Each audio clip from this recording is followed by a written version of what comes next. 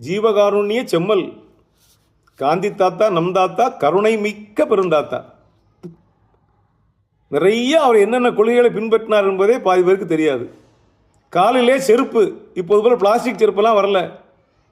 இப்போ என்ன செருப்பு இல்லாமல் அந்த காலத்தில் தோல் செருப்பு தான், மாட்டு தோலால் தைக்கப்பட்ட செருப்பு தான் போடணும், வேறு வழி இல்லை. மகாத்மா காந்தி போட்டிருக்கிற செருப்பு டேமேஜ் ஆகி பிஞ்சு பழசா போய் அத்து பார்வாராக போய் இனிமேல் போட முடியாது என்ற நிலைமை வருகிற போது தான் வேறு செருப்பு மாற்றுவார். அப்படி செருப்பு மாற்றும் போது ஏற்கனவே தைத்து தயாராக வைத்திருக்கப்பட்ட செருப்பை போட மாட்டாராம்.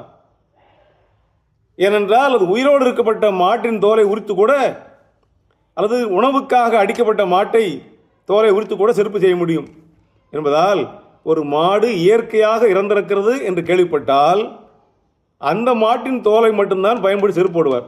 ஒருவேளை மாடு எதுவும் இறந்த மாடு கிடைக்கவில்லை என்று சொன்னால் செருப்பு இல்லை. சரி, மாடு இயற்கையாக இறந்தது என்று சொன்னால் அந்த இடத்துக்கு மகாத்மா நேரடியாக போய் அந்த மாடு எப்படி இறந்தது, நோய்வாய்ப்பட்டு வயதாகி அப்படித்தான் இறந்ததா, அதுக்கு இயற்கை மரணம் தான் வந்ததா என்பதையெல்லாம் அலசி ஆராய்ந்து உறுதி சொன்ன பிறகுதான் அவருக்கு செருப்பே தைக்கப்படும்.